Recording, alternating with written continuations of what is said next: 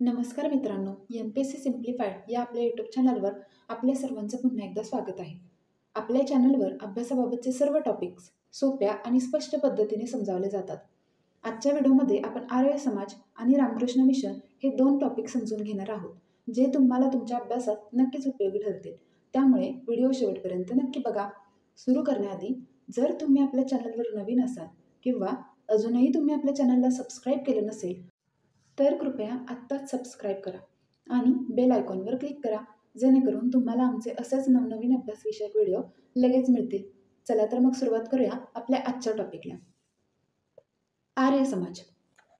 10 April 1875 रोजी मुंबई येथे आर्य समाजाची स्थापना केली.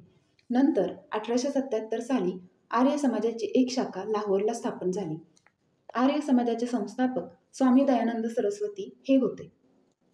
सुधारणेच्या या कार्याची प्रेरणा त्यांनी ब्राह्मो समाजाकडून घेतली. वेद हे ईश्वर निर्मित आहेत असे आर्य समाजाचे तत्व होते. तर हिंदूंच्या मनातील न्यूनगंड कमी करून आत्मसन्मान जागृत करणे हा आर्य समाजाचा उद्देश होता. आर्य समाजाने 1896 साली मुलींसाठी कन्या महाविद्यालय स्थापन केले.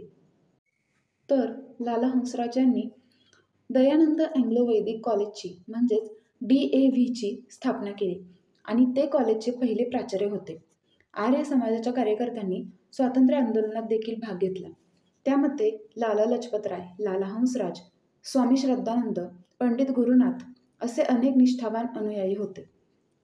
स्वामी श्रद्धानंद यांनी गुरुकुल शिक्षण संस्था कांगडी म्हणजेच हरिद्वार येथे स्थापन केली. तर हा होता आर्य समाज. आता आपण पाहूया रामकृष्ण मिशन.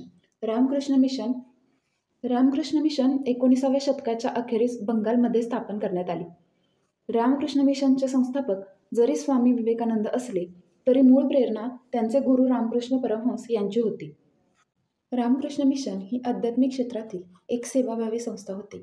या संस्थेचे नाव रामकृष्ण मिशन असले तरी मूळचा शब्द हा राम संघ असा होता.